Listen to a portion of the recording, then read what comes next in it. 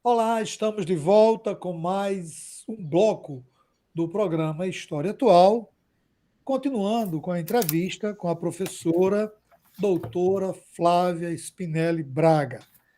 Nós já conversamos sobre os desafios da formação de professores da educação básica, a importância de Paulo Freire para a educação brasileira, e agora nós vamos conversar um pouco sobre a conjuntura política e os desafios para a educação. Lembrando a você que está nos assistindo para dar um like, para se inscrever no nosso canal e compartilhar a nossa programação. Domingo, terça e quinta, sempre às 18 horas, nós temos uma entrevista. A entrevista começa no domingo, com o primeiro bloco, prossegue na terça-feira com o segundo bloco e se encerra na quinta-feira com o terceiro bloco. E, para começar o nosso terceiro bloco, eu gostaria que a professora Flávia fizesse uma análise da atual situação da educação superior no Brasil. Bem, quando você fala atual, você está falando, se referindo ao século XXI, ou você está se referindo a essa mudança de governo? Porque aí nós temos algumas etapas, né? Porque se a gente pensa, por exemplo, o Brasil, né, Lemuel, do ponto de vista da sua Constituição enquanto Estado capitalista, que sempre foi, nós temos um período mais progressivo de políticas sociais e temos um período que é retrógrado de políticas sociais, né? Nós temos ainda também um período onde há uma transição, que é o processo de redemocratização, que ainda precede todos esses dois. Então, é aí que a gente chega. A gente, independente de governos, nós estamos num país capitalista, da qual o governo brasileiro, independente da sua identidade partidária, da sua relação ideológica, da sua origem, ele serve ao capital. Isso é fato. Só que, claro, dependendo de como se configura este governo, a gente tem aí maiores ou menores espaços para as entidades terem voz, para os movimentos sociais terem voz, para que as minorias tenham um pouco de voz, mas isso não faz do Estado um Estado que beneficia minorias, beneficia o proletário trabalhador, de forma alguma. É tudo à base de luta.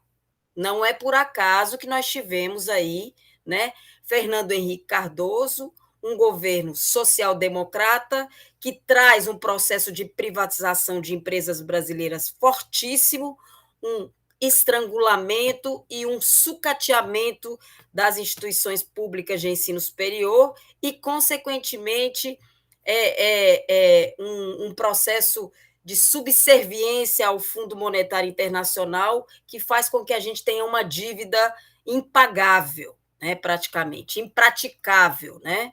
Fora isso, nós temos aí logo depois uma mudança não no sentido da condição do Estado capitalista, mas sim numa condição mais progressista do ponto de vista das políticas. E, claro, com o Luiz Inácio Lula da Silva, um homem da fábrica, né, um metalúrgico, faz com que muitos se vejam espelhados nele. Poxa, se um metalúrgico consegue chegar ao poder, nós todos, trabalhadores, também podemos. Então, essa condição do espelho, que o próprio Lula reconhece que isso faz parte da história dele, e isso faz parte de um momento muito importante em que ele tenta e, de alguma forma, busca trazer algumas políticas sociais que vão realmente dar uma conotação de ascensão da classe trabalhadora, mas que, ilusoriamente, é bom a gente sempre deixar claro que isso não é verdade, porque ele, do mesmo jeito que dava ele também tinha que dar ao grande produtor, aos grandes bancos. A gente tem aí, por exemplo, no período de Lula, os grandes financiamentos dos bancos privados e, consequentemente, também, ao mesmo tempo, você tem, paralelo a isso, a emancipação, o processo de universalidade dos cursos de formação gratuita, dos institutos federais, das universidades. Então, você tem, além também de políticas sociais extremamente importantes, políticas relacionadas à condição da mulher, por exemplo, que a gente não pode negar jamais, e também alguns, vamos dizer assim, avanços num dos maiores engodos que eu acho que a gente teve no processo estrutural brasileiro, que é a reforma agrária, alguns processos de avanço, né? Mas do ponto de vista da educação, o grande auge foi realmente a proposta da implementação das cotas. As cotas foi a grande política que eu acredito que trouxe ao trabalhador a possibilidade de estar dentro de um mundo que para ele era um mundo que ele não se imaginava. Se a gente pega a própria UERN, nossa universidade aqui, não é nenhuma, nem duas, nem três vezes que nós vemos os ônibus de outros municípios com muitos trabalhadores rurais que vêm para a universidade, né, sendo o primeiro de uma família de grandes, de filhos que estão hoje na universidade por esse processo. Então, isso é inegável. Porém, nós temos, a partir desse momento também, e aí por uma condição estrutural do conceito de corrupção dentro de uma vertente da qual também a corrupção é conceitualmente polissêmica, e eu acho que isso é um bom tema para você pensar num novo debate, né? A corrupção, de onde vem, como vem e para quem vem, né? Eu estava fazendo um estudo sobre isso e mostra que essa condição estrutural da corrupção não é do Brasil, não é vinda de Portugal, ela é do mundo capitalista mesmo. E é muito interessante que a gente vê esses processos. Então, um grupo extremamente da extrema conservação, desculpa, um grupo de extrema direita se apropria desse discurso, principalmente utilizando três palavras, três fundamentos importantes, que é igreja, Deus, pátria, família, né? Basicamente marginalizando tudo que existe de processos de políticas inclusivas que existiam e foram preceitos do próprio Lula, do governo do PT, e aí a gente tem esse processo de reducionismo, que inclusive nega a própria ciência. Então, se está negando a ciência, está negando a universidade. E se a gente pensa que a universidade, que forma professores, que forma cientistas, é o espaço que faz a ciência, você está negando, basicamente, todo o processo da emancipação do pensamento. Então, a gente tem, por exemplo, hoje um dado que o IBGE lançou agora, em 2021, que é alarmante, né? Que eu anotei aqui, dos 900 mil estudantes que entram em cursos de licenciaturas e pedagogia, ou seja, pessoas que ou querem por opção ou por não ter opção fazem o Enem para entrarem nas licenciaturas ou pedagogia, dos quase 1.000 estudantes, 40% conseguem concluir. Então, você tem ainda, não é uma questão do ensino superior somente, é uma questão da condição de vida do trabalhador. Então, nós temos hoje as licenciaturas ainda sendo os grandes cursos da formação superior que concentram a classe mais pobre do país, ou seja, ainda é o acesso que se tem, né? E ainda, fora isso, a grande participação da instituição privada, da iniciativa privada na formação de professores, e agora, na pandemia, no ensino à distância, que cresceu mais de 70% as formações em licenciaturas e pedagogia pela modalidade EAD, né?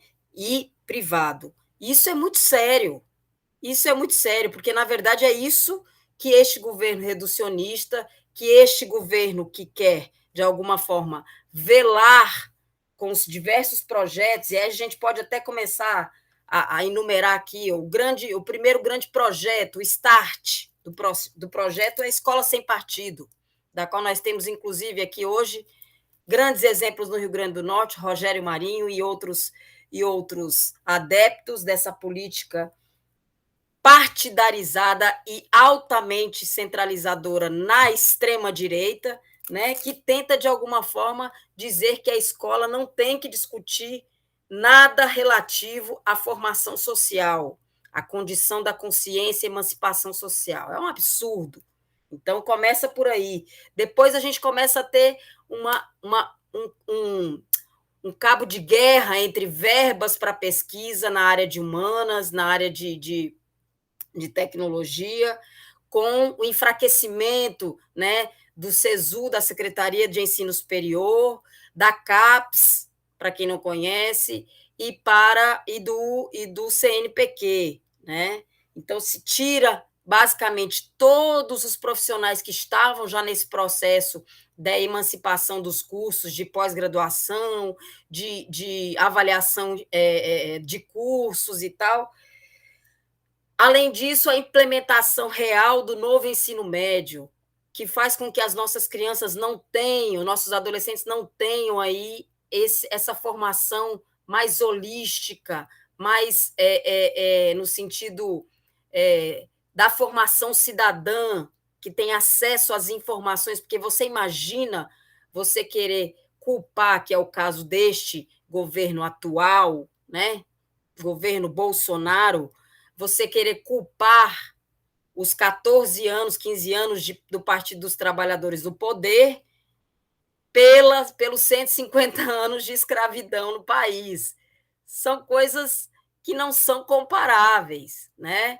A gente tem uma dívida com a nossa matriz africana, com todos esses povos originários e com os africanos que vieram para cá, que é gigantesca.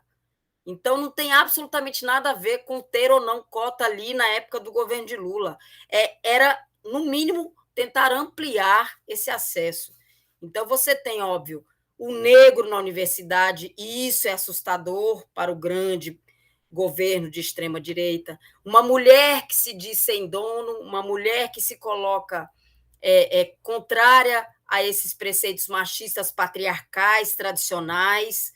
Você tem todo um acesso para os trabalhadores de diversas minorias, que representam diversas minorias, inclusive os que se dizem que são dos LGBTQ+, e os próprios queers, ou os binários, as pessoas que têm problemas relacionados a deficiências de todos os tipos e grupos de excluídos, como eu acabei de colocar, que estão dentro da universidade. E isso, de alguma forma, agride e faz com que a extrema-direita não veja com bons olhos a emancipação de pessoas com estes perfis.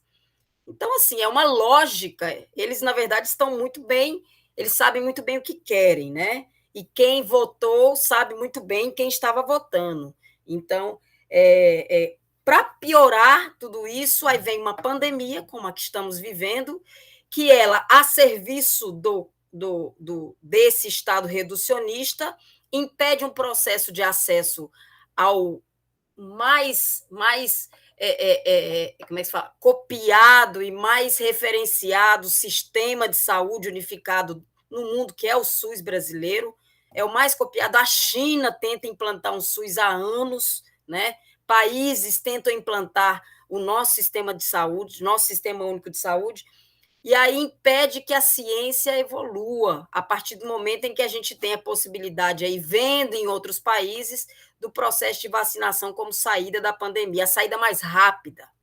E aí você está vendo, nós estamos todos assistindo pelas próprias televisões aí, como está se dando o processo de CPI, onde mostra uma influência, né, de grupos de um gabinete paralelo ao gabinete presidencial que nós conhecemos, que impõe uma indústria farmacêutica que tem como seu óbvio lucro implantar uma ideia de um kit revolucionário às pessoas que são não só eleitoras do Bolsonaro, mas também a pessoas que não têm informação. E o Brasil comprou o kit em vez de comprar a ciência. Então, os erros são desse nível. E, para piorar, nesse período ainda, nós temos a reforma da Previdência, que faz um verdadeiro como é que se diz? Um processo de longevidade do trabalho em detrimento da longevidade humana, né? Você deixa de poder ser aquela pessoa que vai gozar de todo o processo que você teve de contribuição enquanto trabalhador ativo e você tem que continuar trabalhando. Então, você acaba morrendo trabalhando. A Previdência ela foi cruel, ela é cruel, ela tira do nosso trabalho um valor absurdo, né? E a reforma administrativa também, que vem junto e que essa mesma é que vai quebrar com o serviço público brasileiro, porque ela é extremamente danosa, tanto que ela mexe com desde a verbação de trabalhos, desde estágios probatórios nas universidades. E o elemento que eu consigo ver como um elemento que dá até uma conotação de golpe, e aí, óbvio, eu não posso dizer que a história está se repetindo, porque, pelo que eu saiba, a história não se repete, ela tem congruências, ela tem rugosidades diferentes que têm a ver com o contexto, mas alguns fatos memorizam outros momentos da história brasileira. As intervenções nas universidades. Isso é um absurdo. Você tem uma comunidade universitária que elege 3 pessoas e você hoje tem um interventor, ou seja, o presidente da República, dentro de um processo legalizatório, óbvio, né? Pela Carta Magna, mas ele vai e exerce um papel que nenhum outro presidente exerceu pós-redemocratização, que é tirar o direito do voto, o poder do voto. E aí você tem tanto nos IFs, que também tem cursos superiores, quanto nas universidades, né? Então é muita coisa, Lemuel, é muita coisa para a gente pensar, mas é um processo gradativo e que, infelizmente, vem de um processo de eleição real do executivo e que, de alguma forma, blinda os 3 poderes com a força dos militares, né?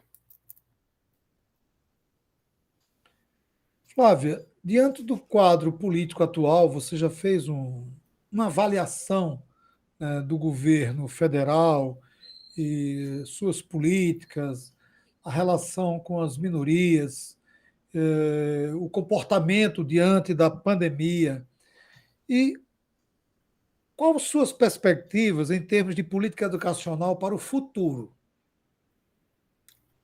Lemuel e ouvintes, o professor, ele tem que ser, de alguma forma, ele tem que cravar os seus princípios numa utopia, porque ele acredita que a sua condição é uma condição de possibilitar ao educando a sua autonomia de pensamento e consciência.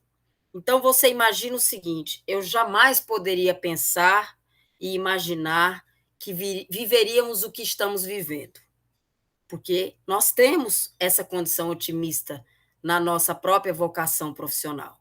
Mas o que a gente vê para o futuro é algo que eu particularmente, estou estudando um pouco sobre essa questão da cidadania agora com alguns outros leitores, e o que eu percebo é que é fundamental que haja necessariamente uma consciência de classe, para que a gente consiga efetivamente trazer um reconhecimento do que é o Brasil de verdade. Se a gente pega exemplos, eu estava ouvindo esses dias o Gessé de Souza, que é um professor da UNB, e ele estava falando que, como professor, ele acha que se nós não reestabelecemos a nossa comunhão com os povos afro-brasileiros e os povos originários, nós não conseguiremos ter uma história nesse país. Nós não conseguiremos trazer para gerações futuras o que o Brasil evoluiu do ponto de vista da cidadania. E o que eu espero é que realmente as pessoas que possam ter possibilidade e têm como vocação essa promessa de ser um cidadão mais coletivo, de pensar não só em si, mas sentir no outro as dores do mundo, se colocar no lugar do outro, é a grande função da educação brasileira. E eu acredito que isso pode acontecer ainda, mesmo com todos esses problemas que eu elenquei aqui para você, desde a escola sem partido até tudo que a gente está passando. Eu sou uma pessoa que eu acredito que as entidades e os movimentos sociais e é o chão da escola básica é o lugar onde nós vamos conseguir, de alguma forma, trazer o espírito crítico e a consciência coletiva de classe para a geração futura. Eu espero que os meus filhos, que são pequenos, consigam ter isso, né? Então, eu acredito muito na universidade pública, no servidor público, no papel que nós temos enquanto servidor do Estado, não do Estado, mas servidor, né, público, porque, acima de tudo, a gente quer um Brasil melhor. É muito ruim hoje, por exemplo, a gente ver que uma gama da sociedade, que é essa gama que legitimou no voto uma figura como este senhor que está na presidência, se aproprie do verde e amarelo do Brasil de uma forma que nós estamos tendo vergonha de usar um verde e amarelo, nós que somos contrários a essa política. A gente tem que novamente se apropriar do verde e amarelo e dizer: o verde e amarelo não é de partido X ou Y, o verde e amarelo é do povo, o verde e amarelo é da minoria, é de todos nós brasileiros, é de todos os nordestinos, é de todos os sulistas, é de todos que fazem esse país, é do trabalhador, é de todas as gamas da nossa classe que tem que ouvir e gritar que é brasileiro com muito orgulho, porque a gente hoje tem vergonha de usar a camisa verde e amarela, porque ela foi apropriada por este grupo. Então, eu acho que um dos momentos é esse. Talvez isso vá vir, isso virá com o processo eleitoral em 2022, talvez. Existe um movimento fora Bolsonaro aí muito forte, com entidades de todas as classes, inclusive dos artistas, né? Que estão, inclusive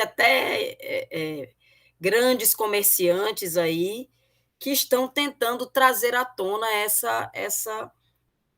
essa condição de ser brasileiro e não ter vergonha pelo status quo que estamos vivendo.